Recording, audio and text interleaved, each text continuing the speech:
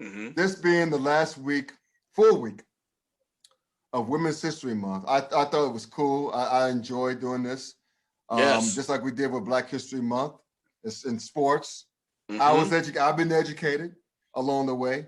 And I hope you, the viewers, been educated because we've had some fun with this. Oh, And yes. whenever when Latino, when Hispanic Heritage Month hits, guess what we're gonna do?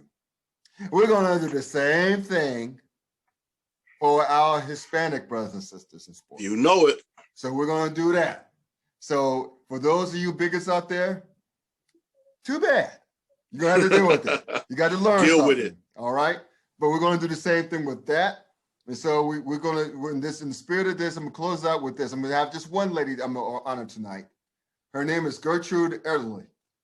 Ederle, excuse me. So basically, she came to fame when she became the first woman to swim the English Channel in 1926. And the coolest thing, one of the coolest things about her is that she continued to swim when she was a child, even though doctors had warned her that doing so would worsen her hearing. Oh, wow. Yeah, because of a childhood bout of the measles. So, excuse me, keep in mind, she was born in 1905. And that's back when measles was deadly, right? Before we had a vaccine for measles. Imagine how vaccines work now. But anyway, I won't read but basically, it was measles that would eventually take her hearing completely later on in life. All right. But along the way, she at one point held 29 amateur, national, and world records at various freestyle distances and competed at the 1924 Summer Olympics in Paris before the attempted English Channel swim. She won gold in the 400-meter freestyle relay, and 2 bronze medals in the 100 and 400 freestyle. So 2 years after that, she swam in the English Channel. And guess what she did to help along the way? She coated, and this is before, obviously performance enhancing, all that, right? And training and vitamins, advanced nutrition. She coated herself in sheep grease. Oh, wow. Sheep grease to prevent chafing in the water. Oh, wow. So that's what helped her. And so it's just a case of those of you who wonder, well, how long is this English Channel? It's 21 miles. Anyone who's going swimming in their life, if you swim for even a good 5 minutes, you're going to get tired because it works every muscle in your body that you didn't think you had. And it's a full body and a cardio exercise wrapped in one. You'll feel it when you get your ass out of the pool. Let's put it that way. So, but what made this even more daunting is that the water was rough and choppy, which meant that Ederle had to swim at least 35 miles to traverse the channel. And she did it in 14 hours and 31 minutes, which was a world record at the time. And not only was a world record at the time, it was at least 2 hours faster than any of the 5 men who completed the swim before her. Oh, wow. So she whooped the men's ass. Yeah. And she was racing against them. She was a badass. So yeah, again, Gertrude Ederle, the first female to swim across the English Channel. And also, one last thing, she joined the touring vaudeville act, participated in a 10-minute movie about her life.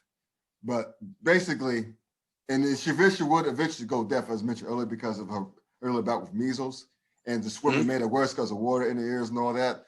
But at any rate, she died in 2003 at the age of 98. So she lived a very long life. And probably because she never got married, which probably helped that. So she had to deal with any men's bullshit. But anyway, that's my women's history minute, my contribution. Gertrude Ederle, a world famous swimmer who became the first woman to swim the English Channel and would go on to win the gold in the 400 meters and 2 bronze medals at the 1924 Summer Olympics in Paris. All right. Well, you know, we've been talking a lot about HBCU sports. Well, I normally talk a lot about HBCU sports. Mm-hmm. Yeah, blah, blah, blah. That's what I do, right? Mm-hmm. And we've also talked a lot about football and basketball, of course, because they're huge revenue generators. But, you know, occasionally I'll love to touch on sports that are not necessarily the revenue generating sports. You know, we've talked about track and field often on this show. But I'm going to go ahead and talk about another sport, all women's sport in most cases. I'm going to highlight, and it will be bowling. Now, on the NCAA level, as it pertains for a championship for the NCAA as a sanction, it didn't start until 2004.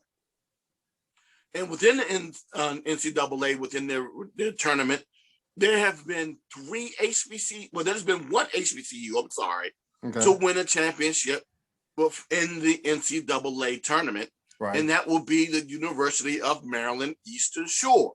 And that's interesting because I remember seeing an article back in 2012 where one of the young ladies on the bowling team made a statement that, you know, we walk around campus and people are shocked when I tell them that we are national champions. Not only are they national champions, they've won the national championship 3 times. They won it in 2009, 2011, and 2012. Now, yes, like I said before, 2004 was the first time it started as a sanctioned sport under the umbrella of the NCAA. I'm about to call it NAACP. Under the NCAA. Yeah. But it's been going on since 1975 under the sanction of the Intercollegiate Team Championships bowling, where they've been winning championships, like I said, since 1975, so the past 45 years. And during that point in time, there have been 2 HBCUs that have won national championships there. Right. Once again, the University of Maryland Eastern Shore that won a title in 2011 and 2013, and in 2015, North Carolina A&T, the current MEAC champion, won a championship in the ITC. And I brought up women's bowling because, like I said before, we like to bring shine on programs that are doing well, especially doing well nationally. What a lot of people don't know is that there are 2 HBCUs currently ranked in the top 10 in the National 10-Pin Bowling Association, which is the sanctioned voters for the NCAA bowling. And of course, North Carolina A&T is currently ranked 3rd in the nation. Delaware State is currently ranked 9th in the nation. So 8th in the nation. So you got 2 teams currently in the top 10 ranked nationally in HBCUs. And you have another 4, if memory serves me correctly, it's Prairie View. God, I can't remember who the other 3, but there are 4 other schools, which makes it a total of 6 schools ranked in the top 40 for HBCUs in women's bowling. Nice. That's awesome. That's awesome. That's an awesome contribution to this segment. So what a way to go out.